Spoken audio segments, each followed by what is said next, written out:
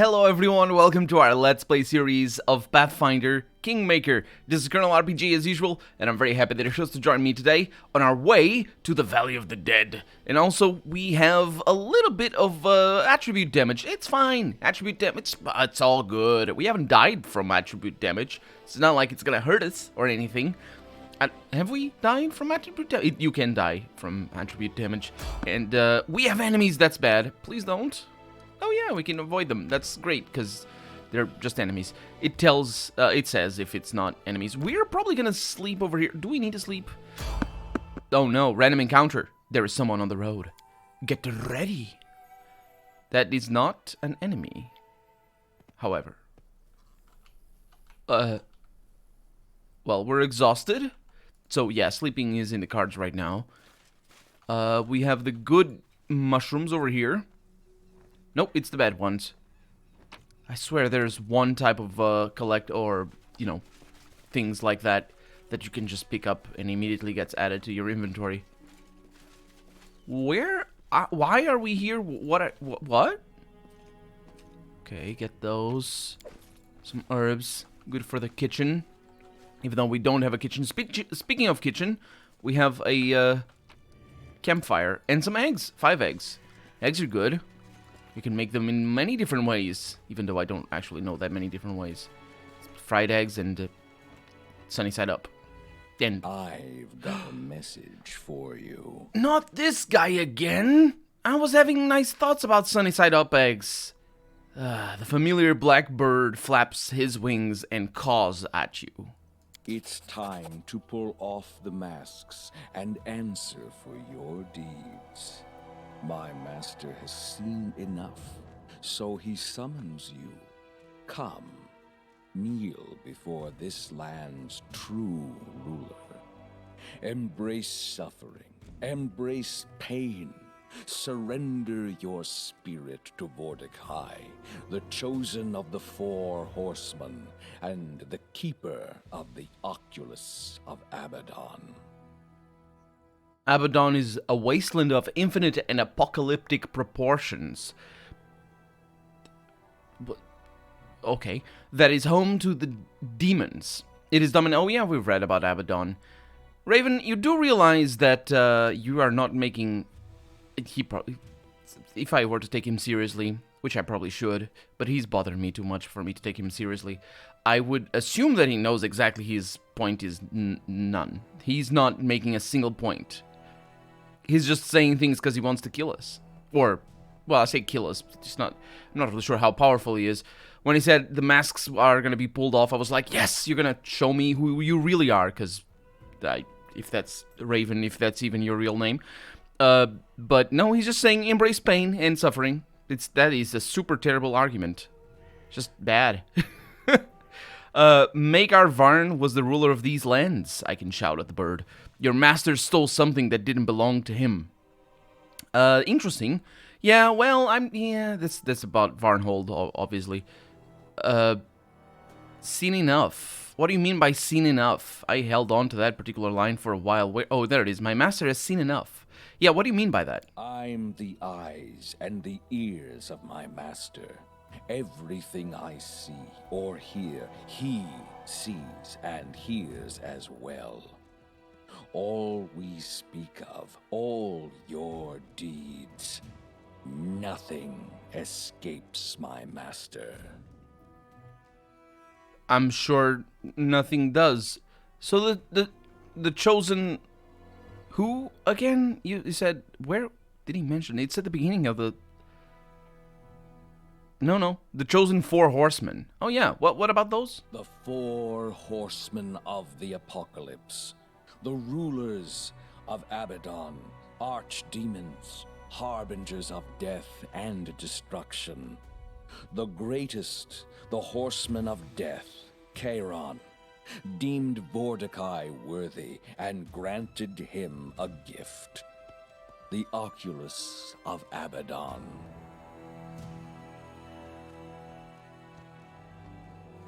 I'm not afraid of your master. Tell me where I can find him. Go to the Valley of the Dead. Pass the gates and face the challenges that await. If you survive, I was going there already. my master will I- meet you in I- his sanctuary. I was already going there. What waits in the Valley of the Dead? The gates bar the entrance to the Valley of the Dead. Only the one who has the key or sacred knowledge can pass. So that is what you're here to do, isn't it? Once my master barred the valleys from the outer world and the lesser races such as yours. Thus my master could focus upon his research and rule the Empire without the pathetic rebellions and petty wars of your kind. You have a choice. Find 3 incense burners hidden in the tombs of traitors who imprisoned my master in his sanctuary. Done. Or Done. conjure darkness, which is able to open the way to the Valley of the Dead. This way or another, you will be able to pass the gates, and my master will seal your fate. Oh, poor voice actor. What is even that sentence? So, find 3 incense burners, and a dash instead of a colon. Find 3 incense burners hidden in the tombs of traitors. Who imprisoned the masters? So that's with a comma, which means that it's the incense burners that imprisoned the master in his sanctuary. Which is actually, I'm not even being sarcastic here, that is exactly what I took him to mean the first time around.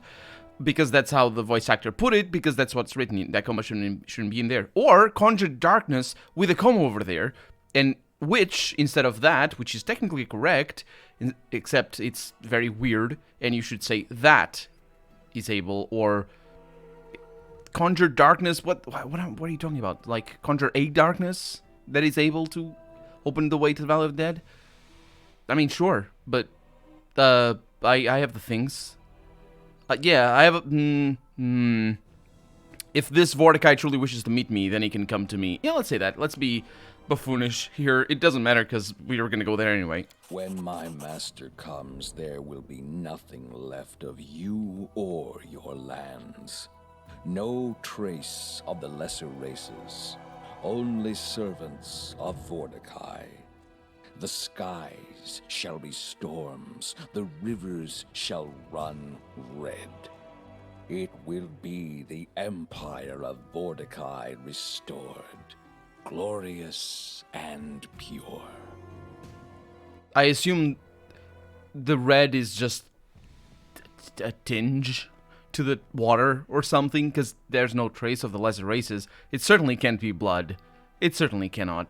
Also, he's a buffoon himself, so I guess it makes sense for me to bloviate. Bloviate is the correct term. I will enter the tomb of Vorticai. I say Vorticai. I'm not. Oh, sometimes I say Vorticai. Wait. Hi. We need to talk. Wait. How'd you get over here? Forgive me, Baroness. I hope that when I explain, you'll accept my apology. I couldn't let you go alone. Oh, no, you could. You're definitely not getting in my team. What's the matter? The Valley of the Dead the Raven spoke of.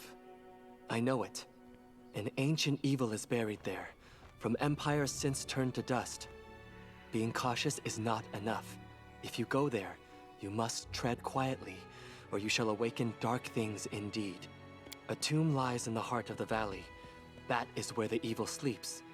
I know I cannot sway you from going, but if you must go, please let me help you. My faith may help when spells and steel may not. No, Trishan, return to the capital. He said as you wish, I think. He's saying other things, but as you wish, but trust me, you're making a huge mistake. Don't threaten me! That was super threatening. This guy, that's why I don't take you anywhere, Trishan. That's why. Oh my god. Anyway, we're gonna sleep, and we could sleep over here. That's probably for the better. Because we're pretty close anyway. And if I need him, I'll come back. I definitely don't want to have him in the team as we fight. You've endured no less suffering than I. Haven't you realized by now how pathetic and cruel the world is? It's as bad as we allow it to be. And it's as beautiful as we make it. So stop grumbling and get to work. That's a good comeback for once. Good job, Octavia.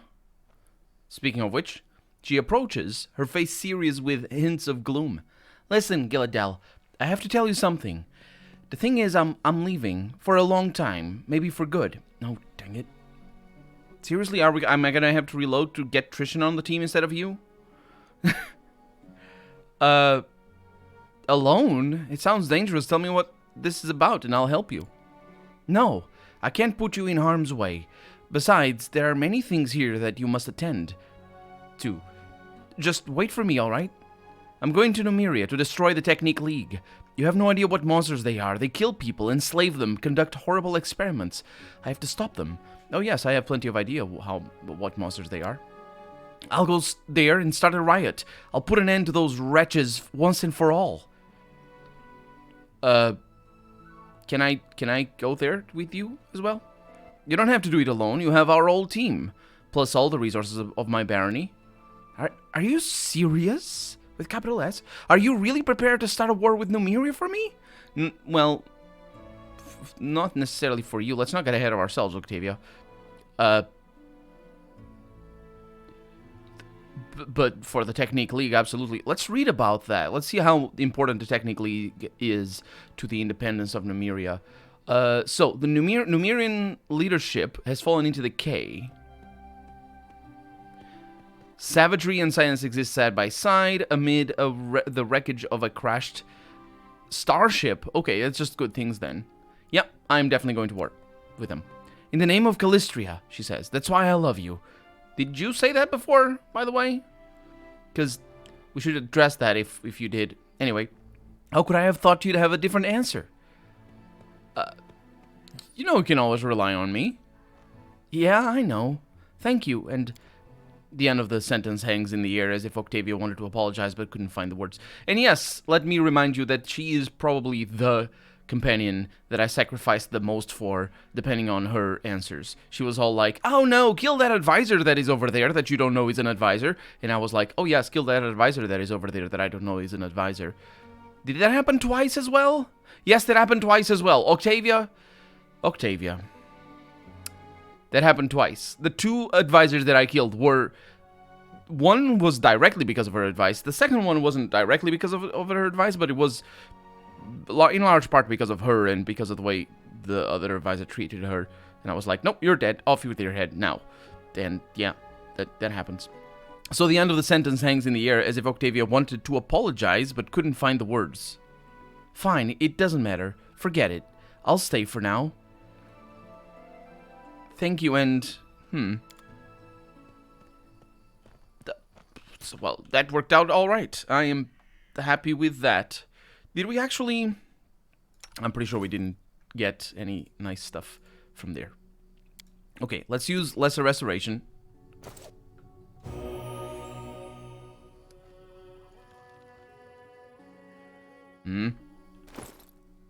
What? Of course it doesn't work. Why would it? Let's sort by price descending. And we have heroism. Remove blindness. Well, that's the one that I have. We have lesser restoration over there.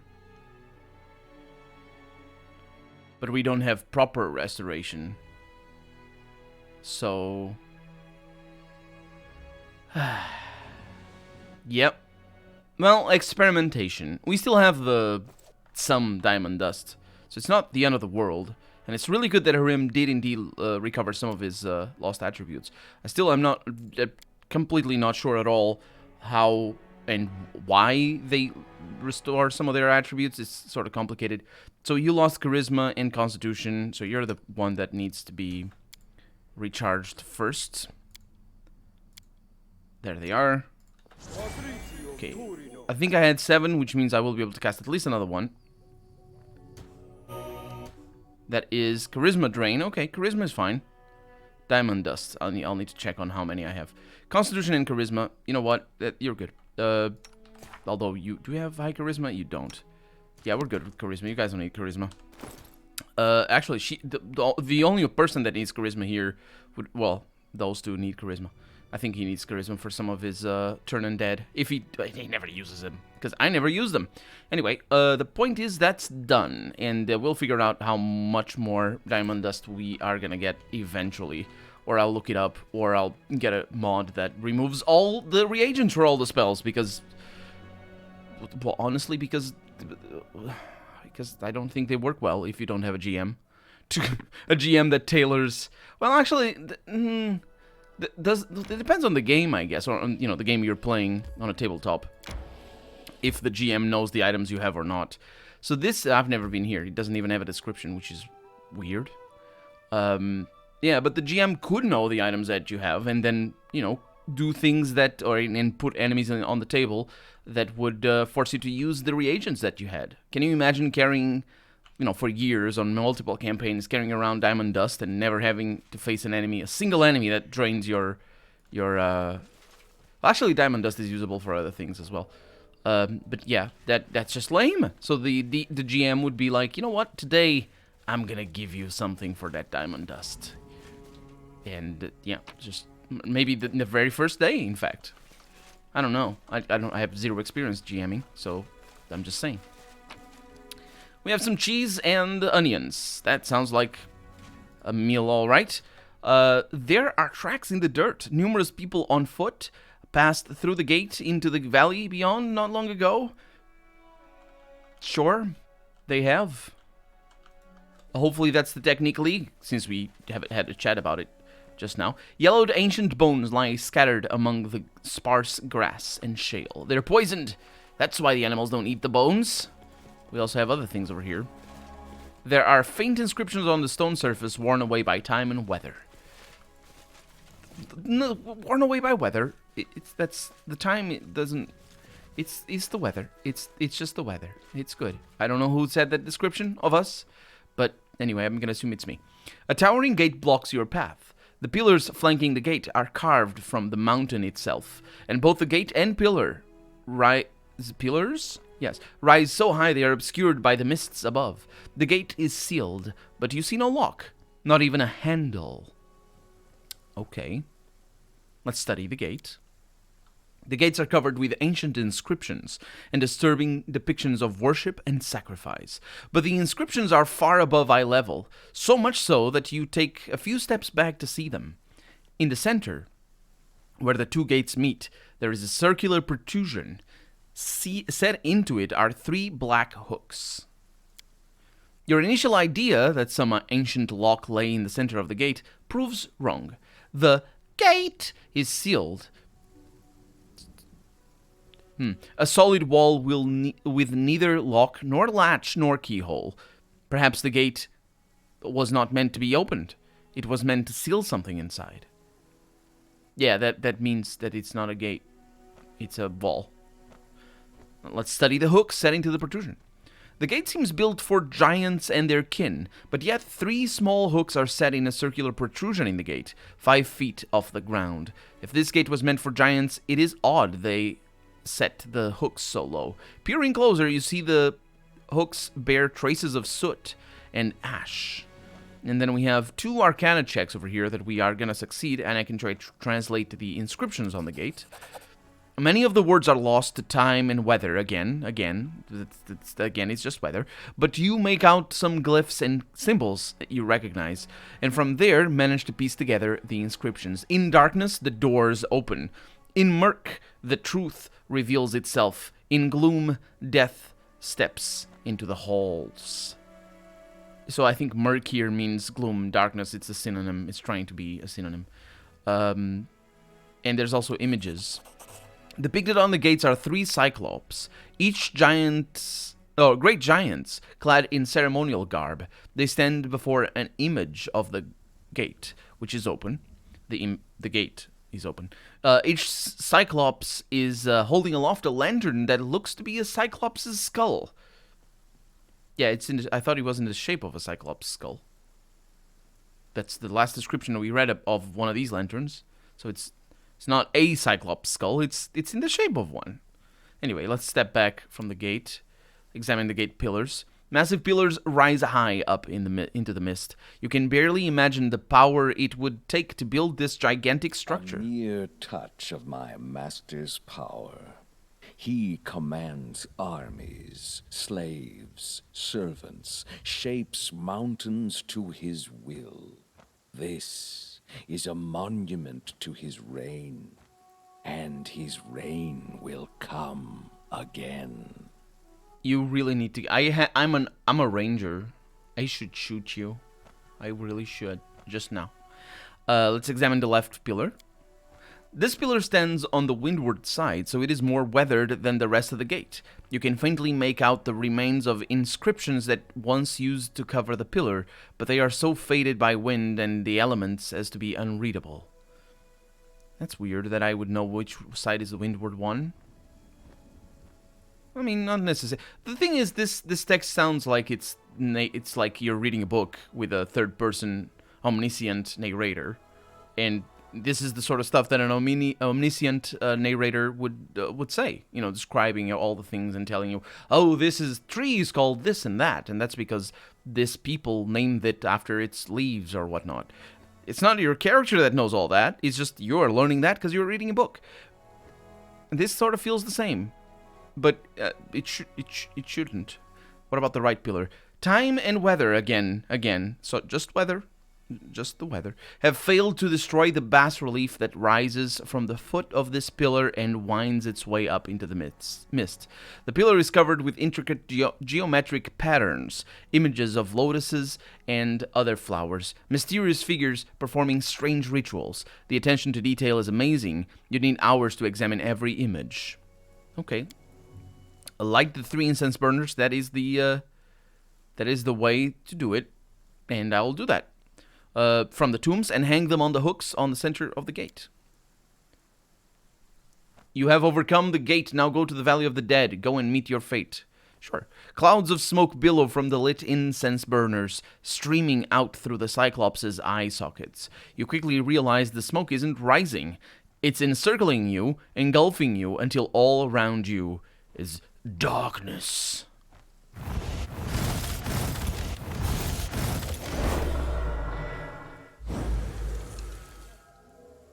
That was pretty cool. That was pretty cool. Okay, let's go in, my attribute damaged friends. Well, some of you are. You're good where it matters. And I assume this just keeps going up because they said that it goes into the mists. Which is a weird way of building things. Because couldn't you just go around the mountains, maybe? I mean, I couldn't. But that was because of gameplay limitations. If I were on a tabletop, I would ask the GM, let's go around the mountains. And keep the Cyclops lantern for ourselves. And the GM would be like, no, don't do that. Just don't do that. It's going to be boring. Or maybe they wouldn't say that because that's also not necessarily the best way of doing things. There's a magic circle over here. But I don't have access to this yet. So let's just keep going. Oh, okay. This is an interesting thing. Okay, that's where that... Okay, this is the way forward. A random encounter, get ready. It's a random encounter, so it's not enemies. Not necessarily. Speaking of which, the other random encounter, that was weird as well, because only on the exit, on the very exit, did we actually get to talk to anybody. It probably should be a little bit earlier. Okay, we have a big hammer over there, and that is an Earthbreaker. Harbinger, in fact. It's a +4 two-handed Earthbreaker. Giant Bane. That's pretty good. +3 inside bonus to armor class against the undead's attacks. Which is a way of phrasing that. The tablet is covered with the names of dead Cyclops, buried in the Valley of the Dead. The list ends with a statement. It reads, "May the Vordakai's army rest in peace and ashes until he rises on his demand." Interesting that it's "May the Vordakai's army," which means that this might be like may the Pharaoh's army or the King's army, and Vordakai is a title. Did I paused that before. I think I might have. That's bad. Okay, I wanted to read the thing. I can't read that because even though it's paused, it goes away. Let's see. Listed on the tablet are names, and then... Oh no, this is the same one. Right. Listed on the tablet are names of the buried things. Mysterious phrase concluding the list reads... Sure. Free in life, obedient in death. And roll initiative, basically. That is a big monster down there, but we have plenty of time to prepare, so I'm not really too worried about our current position. That is a fast-moving monster of bigness. Okay. Okay, this is actually pretty good. We have Valerie moving in. Just staying still in the middle. Okay, that's good enough. So, how are you... is that a dread one? That is a dread one. So, because he missed the dread one over there. Attacks Valerie and misses. A plus 24 versus a 42 armor class. Yeah, you're never getting there, mate. You're never getting there. At least unless you do cleaves and stuff like that. Yep. That's... They don't... Oh my god! I hate you. I hate you forever. Please don't you dare kill her. Thank you. Thank you very much. Okay, what do I like out of this? Eagle Soul. Was that? +2 Sacred bonus. Oh, that's really nice.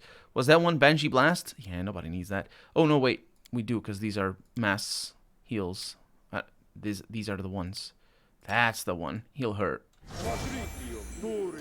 Okay. And it's not going to be enough, because she has a lot of health. So she took tremendous damage. Okay. Yep. That's good enough. We have ourselves a Great Axe +1. Those are pretty good, actually, to have. Not like the normal Great Axes that are only worth, I think, 100.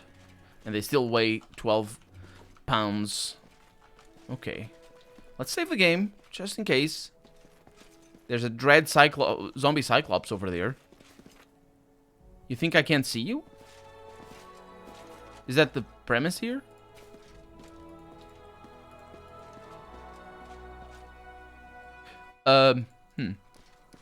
Who does the world check over there? No, you don't do that. Octavia does. Thousands of thousands are buried at the feet of Vorticai. Thousands of thousands will embrace the darkness and rise at Master's call. Okay, so they just don't know where to use the when they wrote this. When they wrote these texts over here. Thousands of thousands will start a new age in the glory of the Four Horsemen. Yeah, these Four Horsemen, they sound a little bit like bollocks to me, because it's I think they're just pretending. I think they're just pretending to be the Four Horsemen of the Apocalypse, because that somehow doesn't strike me as canon of Pathfinder. It strikes me as canon of the Bible. Let's see. Eternal Conduit. Is that the first one that we got with that name? Oh, yeah. I knew you were coming. It was the Eternal Conduit that triggered it.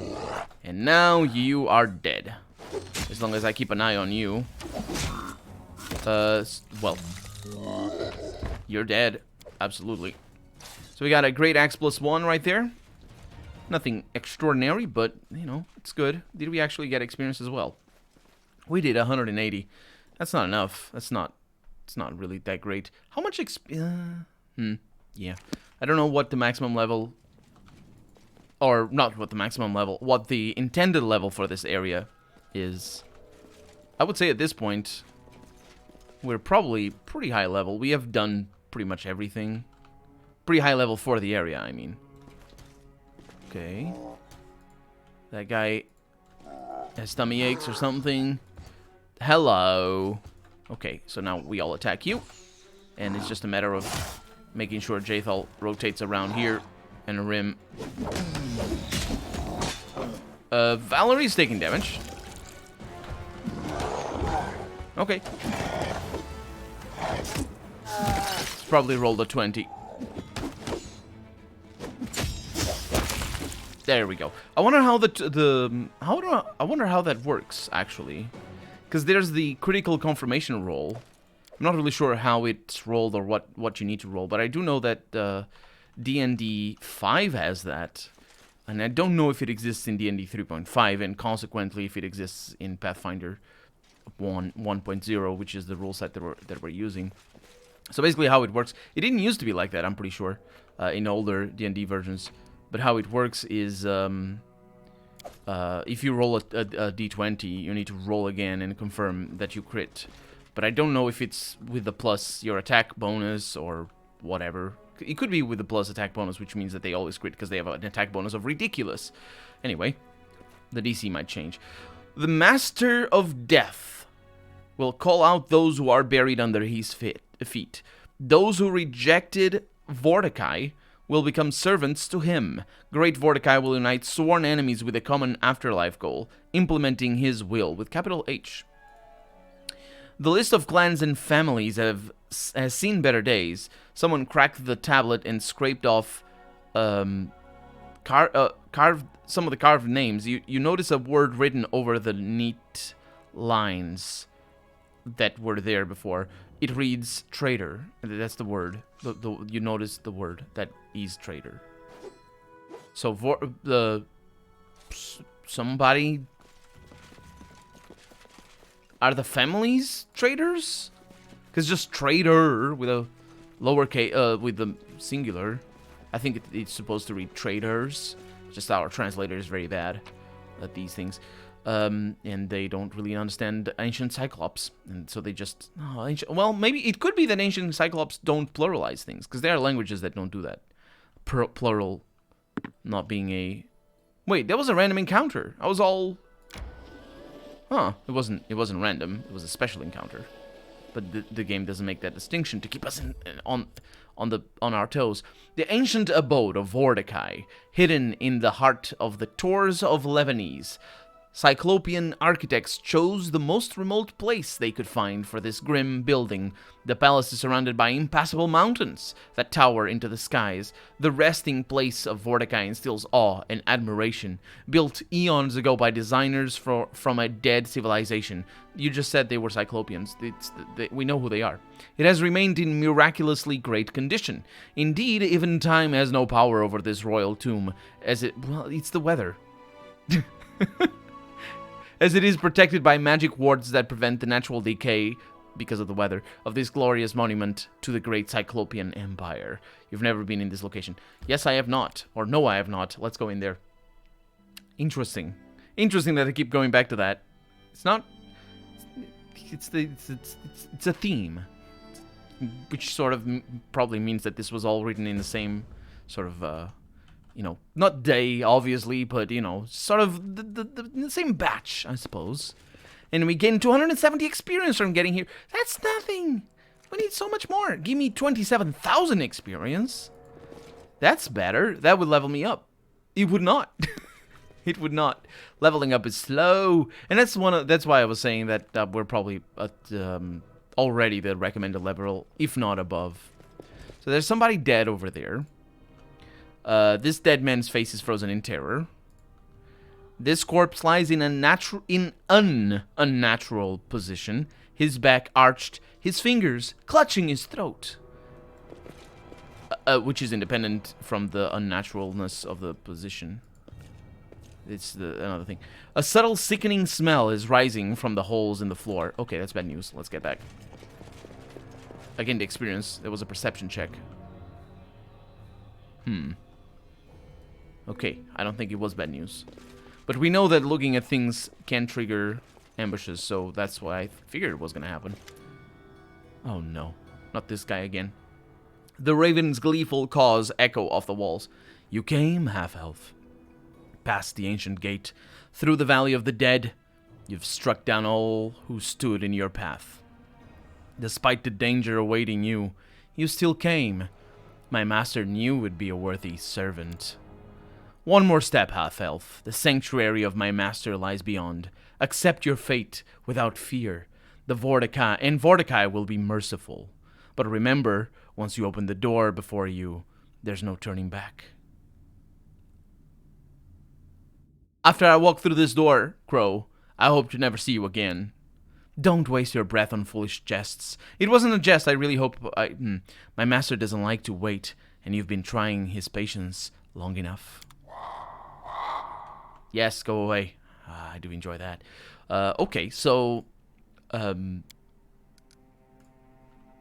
nowhere to run is a save that we are saving over here, just in case we need to come back, and because the previous save was from the beginning of the episode, because I always save in between episodes, and so basically instead of having to replay the whole episode, because we're going to be quick saving, I assume we're going to be quick saving. We should have propped, oh no. Oh no, oh no. Okay, not too bad. Also, I can't control the camera. I see. Okay. Yeah, that's not happening. That's absolutely not happening. Indeed. This is much better. Now, what are we getting here? Cloud kill. Holy crap, cloud kill is bad. Yeah, I still can't control the camera, but I can move my team. Hopefully a rim won't get ambushed. Or, well, not ambushed, attacks of opportunity. Still can't control the camera. WSD is not working. Okay, now I can control the camera. There's traps back there. Okay, Cloud Kill is really dangerous. It does damage over time, basically. And it cannot be... Well, it used to be that it couldn't be... you couldn't save against it. Okay. Trying to keep an eye out for Cloud Kill effects. No, you idiots! Come back. Come back. Disable your brains.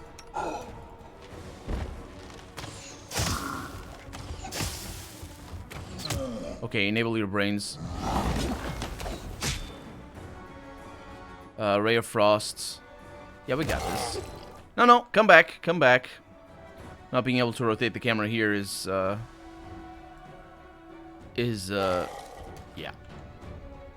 Okay. So, disable brains, shoot. Okay, enable brains, attack.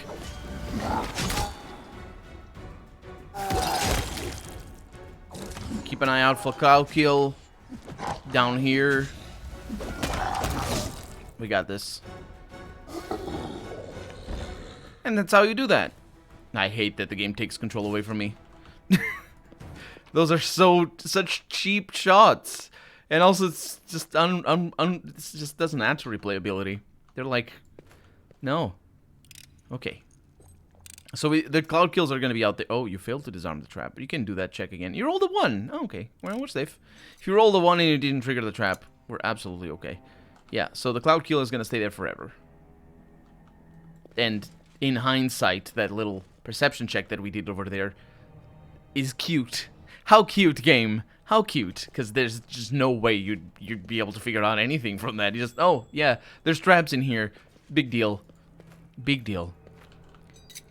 And also, I assume we're not going to be able to... No, we're not going to be able to open that again. And that's why I saved. Nowhere to run. Nowhere to hide. And traps all over the place. It's a damn good thing that we don't need to keep our scouting enabled. Because that's the thing in Advanced D&D. Ooh. You can do that? Oh, yeah, you can. Because it wasn't me. It was the camera automatically did it for some reason. And you can zoom in. I keep forgetting that you can. And look things at great detail. And they are very detailed and very pretty. Okay, getting all that experience. You see, we gain more experience from disarming a trap than we do from killing a Cyclops. An ancient dread Cyclops of... yeah. Or it's not quite... That's not the name of the Cyclops, ancient dread. But still, it's... You know what I mean. Yeah, dread zombie Cyclops. Thank you for correcting me, game. There's 2 of them.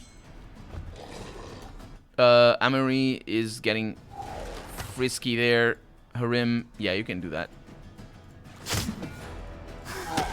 I think that's good enough. Jethal decided to be risky as well. Because if they move around too much, they risk getting engaged by everybody else. And in fact, oh, it's Valerie. Okay.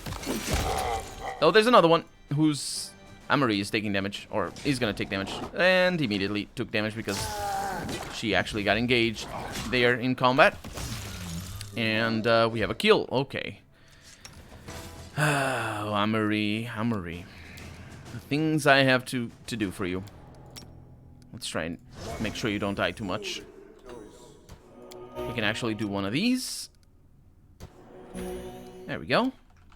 Yeah, distributing damage is really nice because I'm just able to use those with a little bit more confidence. To use these with a little bit more instead of wasting it in a single character, because those are AoE. And we got 3 great axes plus 1, which is always nice. We also have the end of the episode, which is not always nice, but, well, if you want to see the next episode, well, by the time you see this episode, the next episode might be out already, and if it is, it's all over here. There's a link. If it's not, leave a like down below to make sure it comes out sooner rather than later. Thank you so much for watching, and I hope I'll see you next episode. Bye-bye.